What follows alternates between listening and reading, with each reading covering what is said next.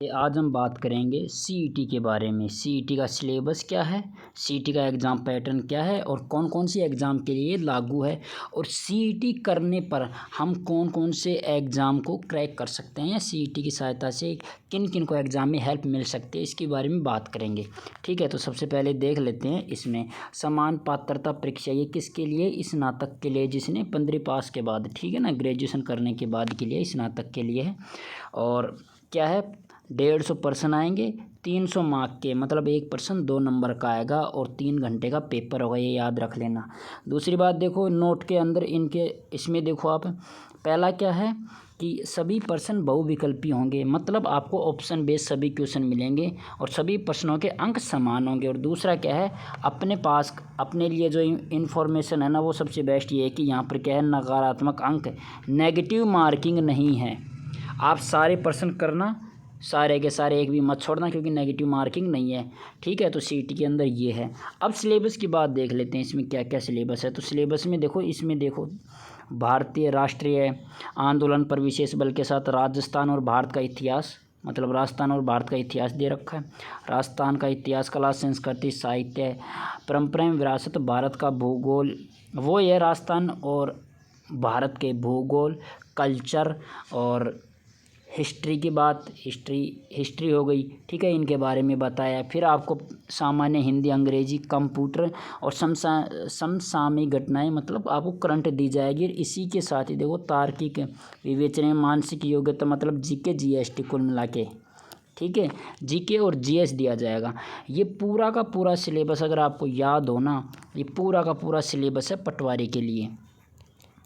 पटवारी आप, मतलब आपने अगर एक बार सीईटी की अच्छे से तैयारी करी तो पटवारी का ऑटोमेटिक ही कंप्लीट, ये पूरा का पूरा कंप्लीट पटवारी की तरह ही है। ठीक है, अब बात कर लेते हैं एक बार सिलेबस से पहले, ये सिलेबस का पूरा विवरण मैं आपको दूंगा फ़िलहाल। ठीक है, आपको एक बार सिलेबस को, पाठ्यक्रम विवरण को देने से पहले हम बात कर लेते हैं कि सीईटी किन किन के लिए लागू है, किन किन एग्ज़ामों के लिए। ठीक है, तो एक बार ये अपने पास आ गया है कि किन किन के लिए। राजस्थान कर्मचारी चयन बोर्ड, राजस्थान बोर्ड जयपुर के द्वारा ये समान पात्रता परीक्षा किन किन के लागू है, ये देख लेते हैं। देखो तो इधर अगर आपको दिख रहा होगा तो, एक तो प्लाटून कमांडर के लिए, जिलेवार के लिए, पटवारी के लिए लागू हो गई, कनिष्ठ लेखाकार के लिए हो गई, तहसीलदार राजस्व लेखाकार के लिए, पर्यवेक्षक महिला अधिकारी के लिए, पर्यवेक्षक के लिए, उप जिलेवार और छात्रावास अधीक्षक ग्रेड 2 के लिए। इनके लिए तो फ़िलहाल सीईटी लागू है, मतलब इनकी एग्ज़ाम के पहले आपको सीईटी देना पड़ेगा, उसके बाद ही आप एग्ज़ाम में बैठ सकोगे। ठीक है, जैसे कंप्यूटर का डिप्लोमा होता है ऐसे ही ये होता है। अब बात कर लेते हैं इसके सिलेबस के बारे में। सिलेबस का एक बार कंप्लीट विवरण देख लेते हैं। तो अपने पास ये है सिलेबस। ठीक है, तो एक बार मैं इसको थोड़ा जूम कर लेता हूँ। अच्छा जी, तो पाठ्यक्रम के बारे में बात कर लेते हैं। पहला टॉपिक क्या है इसमें, देखो, भारतीय राष्ट्रीय आंदोलन पर विशेष बल के साथ राजस्थान और भारत का इतिहास। ये इतिहास, अब इतिहास में क्या क्या टॉपिक है वो देख लेते हैं कि क्या क्या टॉपिक देगा। भारतीय इतिहास की महत्वपूर्ण घटनाएं, भारत के इतिहास की मतलब 19वीं और 20वीं शताब्दी में सामाजिक आर्थिक सुधार आंदोलन। ठीक है, भारतीय स्वतंत्रता आंदोलन विभिन्न अवस्थाएं में और उनके योगदान करता है, उनका योगदान क्या क्या उसके बारे में पूछेगा। 1857 की क्रांति में राजस्थान का योगदान, राजस्थान में जनजाति किसान आंदोलन, राष्ट्रीय जन जागरण, प्रजामंडल और राष्ट्रीय एकीकरण एवं राज्यों का पुनर्गठन, नेहरू युग में सांस्थानिक निर्माण, विज्ञान तकनीकी का विकास। ये तो राजस्थान और भारत का इतिहास। देखो, ये आप यही टॉपिक पढ़ लेना, वही काफ़ी है। ठीक है, अब आता है अगला, देखो, राजस्थान का इतिहास, कला, सांस्कृतिक, साहित्य, परंपरा, विरासत के लिए वही प्राचीन सभ्यता, कालीबंगा, हड़प्पा, गणेश्वर, बालाथल, बैट, राजस्थान के इतिहास की प्रमुख ऐतिहासिक घटनाएं, राजवंश, प्रशासनिक, राज्य व्यवस्था, मतलब पॉलिटी आ गई, राज स्थापत्य कला की प्रमुख विशेषताएं, किले व स्मारक, चित्रकलाएं और हस्तशिल्प। राजस्थान में साहित्य की महत्वपूर्ण क्षेत्रीय बोलियों के बारे में पूछेगा। ठीक है, और राजस्थान सांस्कृतिक परंपराएं, विरासत, राजस्थान के धार्मिक आंदोलन, संत एवं लोक देवता, महत्व, ऐतिहासिक स्थल पूछेगा, प्रमुख व्यक्तित्व और राजस्थान का एकीकरण पूछेगा। सेम टू सेम ही पटवारी में है, पटवारी का भी सेम सिलेबस है। अगली बात कर लेते हैं राजस्थान के भूगोल के बारे में। ठीक है।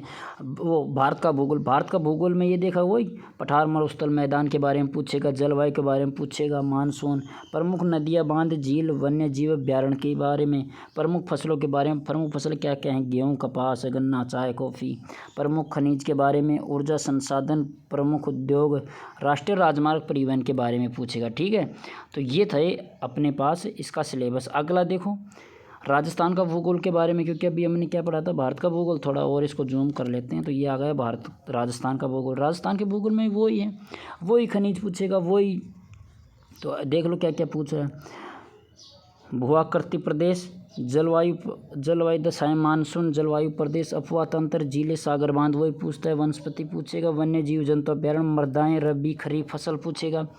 जनसंख्या वृद्धि, प्रमुख जनजाति, धात्विक, ऊर्जा संसाधन, पर्यटन स्थल, यातायात के साधन, राष्ट्रीय रेल एवं वायुयान। सेम टू सेम जैसे राजस्थान और भारत का भूगोल के बारे में पूछेगा।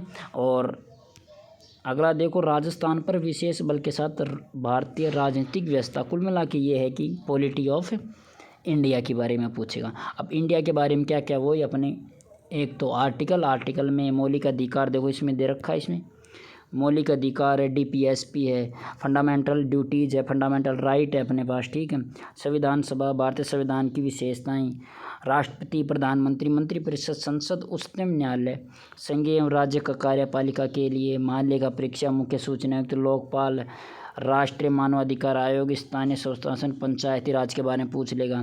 और ये अपने राजस्थान की पॉलिटी सेम टू सेम जैसे इसमें था ना राष्ट्रपति प्रधानमंत्री, इसमें क्या पूछ लेगा भाई, राष्ट्रपति की जगह राज्यपाल पूछ लेगा, प्रधानमंत्री की जगह मुख्यमंत्री पूछेगा। वो लोकायुक्त, राज्य मानवाधिकार आयोग, राज्य सूचना आयोग। ठीक है, तो यही पूछेगा, इनके बारे में ही पूछेगा।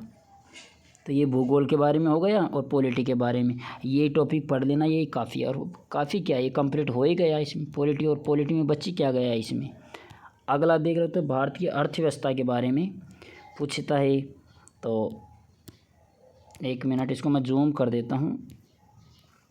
हाँ, तो भारत की अर्थव्यवस्था के बारे में पूछे। भारत की अर्थव्यवस्था में बजट है, लोक वित्त है, वस्तु सेवा है, और राजकीय कोष, मौद्रिक नीतियाँ, सब्सिडी, ई कॉमर्स। अर्थव्यवस्था के प्रमुख क्षेत्र, कृषि, उद्योग, सेवा, व्यापारिक क्षेत्र में वर्तमान स्थिति, मुद्दे, पहल, हरित क्रांति, श्वेत क्रांति, नीली क्रांति, पंचवर्षीय योजना, प्रमुख आर्थिक समस्याएं, सरकार की पहल, आर्थिक सुधार एवं उदारीकरण, इनके बारे में पढ़ना। ये टॉपिक पढ़ लेना भारत की व्यवस्था के लिए। अब भारत की अर्थव्यवस्था पूछेगा तो राजस्थान की अर्थव्यवस्था पूछेगा।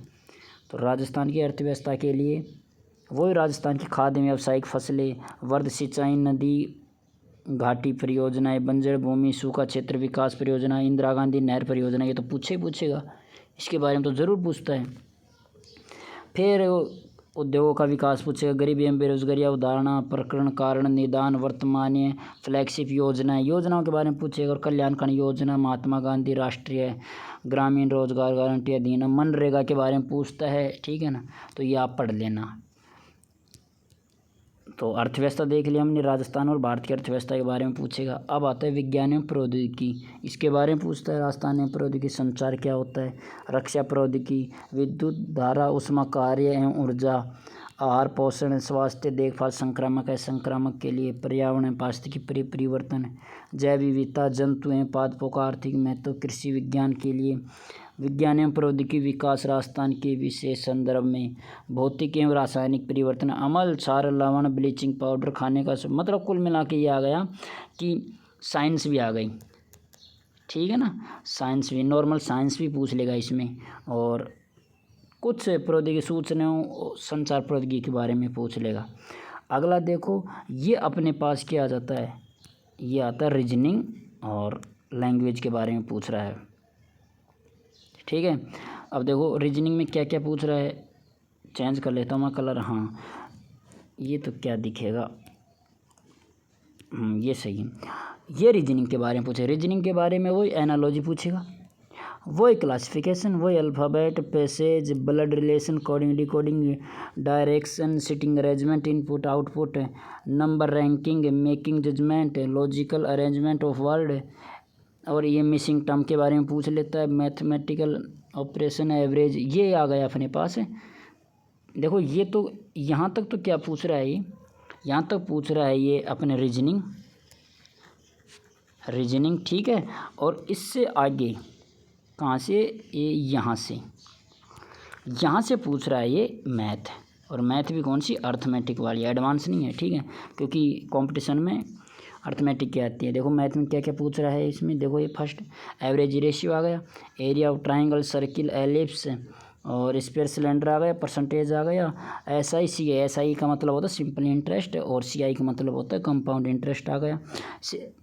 साधारण ब्याज और संयुक्त ब्याज जिसे बोलते हैं ना, और यूनिटरी मेथड आ गया, प्रॉफिट लॉस आ गया, मतलब होता है लाभ हानि, एवरेज, औसत, ratio and proportion, volume of sphere, गोले का आयतन, सिलेंडर का आयतन, क्यूब घन का आयतन, इसके बारे में पूछ लेता है। अब आता है लैंग्वेज के बारे में, और लैंग्वेज में सामान्य हिंदी फर्स्ट क्या है, देखो सामान्य हिंदी। लैंग्वेज में हिंदी में वो संधि विच्छेद, संज्ञा सर्वनाम अवयव, समास आ गया, उपसर्ग प्रत्यय आ गया, विलोम से पर्यायवाची आ गया, और विराम चिन्ह, ध्वनि एवं उसका वर्गीकरण, पारिभाषिक शब्दावली आ गया, शब्द शुद्धि, वाक्य शुद्धि, मुहावरे, लोकोक्ति, राजभाषा हिंदी, पत्र एवं उसके प्रकार, पत्र, कार्यकाली पत्र क्या होते हैं ये हम लिखा करते थे पहले ठीक है, 10वीं के अंदर अगर आपने प्रैक्टिस किया हो तो। ये तो हिंदी में और मैथ और रीजनिंग के बारे में बता दिया आपको। अब आता है इंग्लिश लैंग्वेज के बारे में, ये इंग्लिश लैंग्वेज के बारे में है। इंग्लिश लैंग्वेज के बारे में क्या ही पूछ लेगा, वही आर्टिकल पूछेगा, टेंस है, वॉइस है, नरेशन है, यूज ऑफ प्रपोजिशन है, common English sentence Hindi and ठीक है, सिनोनिम एंटोनिम है, कॉम्प्रिहेंशन पैसेज हैं, और ये टेक्निकल टर्म्स हैं, लेटर राइटिंग है, इडियम फ्रेज है, वन वर्ड सब्स्टिट्यूशन है। तो ये लैंग्वेज पूछता है। तो ये इंग्लिश का तो हिंदी इंग्लिश जितने भी है ना, हिंदी इंग्लिश ये तो सभी जितनी परीक्षा होती है ना उनमें कॉमन ही होता है ये तो, इनके अलावा क्या ही पूछ रहे, क्योंकि ग्रामर पार्ट होता है सारा। अब आता है कंप्यूटर का ज्ञान। कंप्यूटर में भी ये कंप्यूटर के लिए आता है, MS वर्ड आता है, ऑपरेटिंग सिस्टम आता है, MS वर्ड में देखो एक्सेल, स्प्रेडशीट, पावर पॉइंट आता है, रैम रोम आता है, फाइल इनपुट आउटपुट डिवाइस आता है ठीक है। तो ये कंप्यूटर के बारे में है। अब समसामयिक घटनाओं मतलब होता है कि करंट के बारे में आपको क्या ही क्या पढ़ना है। तो इसमें वही खेल कूद के बारे में, स्पोर्ट्स के बारे में, वर्तमान में चर्चित व्यक्ति, संस्थाएं एवं संस्थाएं, राजस्थान, भारतीय राष्ट्रीय महत्व की समसामयिक मुद्दे, घटने मतलब करंट में जो मुद्दे चल रहे हैं, कोई खेल में अव्वल आ रहा है, राजस्थान में किसको क्या पुरस्कार मिला उसके बारे में, एक करंट के बारे में पूछ लेता है। मैं आपको बता दूं 100 का 100% ही आपको ये पटवारी का सिलेबस मिल जाएगा, क्योंकि मैंने एक सुबह वीडियो डाला था जिसमें पटवारी के बारे में और भी कॉमन चीज़ें बताई थी, मैं भी आगे बताऊंगा। देखो इसमें लास्ट में लिख रखा है इसने बोर्ड की वेबसाइट पर, इस वेबसाइट के माध्यम से आप पूरी जानकारी ले सकते हैं CET के बारे में ठीक है। अब देखो सुबह मैंने एक वीडियो बनाया था और क्या क्या बताया था मैंने, एक लिख देता हूँ मैं यहाँ पर, CET सुबह मैंने एक वीडियो बनाया था CET बेस पर कि आप CET की तैयारी कर लोगे। तो CET और पटवारी का सिलेबस तो सेम ही है, एक अक्षर भी चेंज नहीं है, वो का वो सिलेबस है, वो कि वो GS, English, Hindi, reasoning, general science, computer, सभी का सभी सेम टू सेम है। और बस पटवारी में सिर्फ पटवारी में एक ही अंतर है, क्या है, नेगेटिव मार्किंग का। पटवारी में नेगेटिव मार्किंग है 1/3, जबकि CET में नेगेटिव मार्किंग नहीं है, और सारा का सारा सेम है। अगर अच्छे से समझना है तो मैं वीडियो के लास्ट में डाल दूंगा, आपको देख लेना वो वीडियो लास्ट में ठीक है, तो उसमें समझ लेना। तो मैंने क्या क्या बताया था मॉर्निंग वाले वीडियो में कि PTT पशु परीक्षर का भी आप अगर एक बार CET की तैयारी कर लोगे अच्छे से, एक बार अगर CET की तैयारी कर लोगे आप अच्छे से, तो PTT, पशु परीक्षर और पटवारी का आराम से निकाल सकते हो। ये चारों ही आपस में जुड़े हुए हैं, कनेक्ट हैं ठीक है। तो एक बार CET की अच्छे से गौर से तैयारी कर लेना, वही काफ़ी है। और एक बार वो वीडियो को और अच्छे से समझ लेना, मैंने उसमें पटवारी का बताया हुआ है सारा सिलेबस, और एक एक बार मैं सभी का सिलेबस वीडियो भी बना दूंगा एक एक सिलेबस के लिए। तो पटवारी का मैंने सुबह बना दिया, CET का आज अब बता ही दिया मैंने, PTT और पशु परीक्षर का और बता दूंगा। लेकिन मैंने सुबह वाले वीडियो में भी इन तीनों को समझा रखा अच्छे से। अगर वीडियो पसंद आए तो क्या करना है, सब्सक्राइब करना है, इन्फॉर्मेशन अच्छी लगे तो, और बाकी के मैं और सिलेबस और एग्ज़ाम पैटर्न के बारे में बता दूंगा, और कोई भी इन्फॉर्मेशन आएगी तो वीडियो डाल दूंगा। धन्यवाद।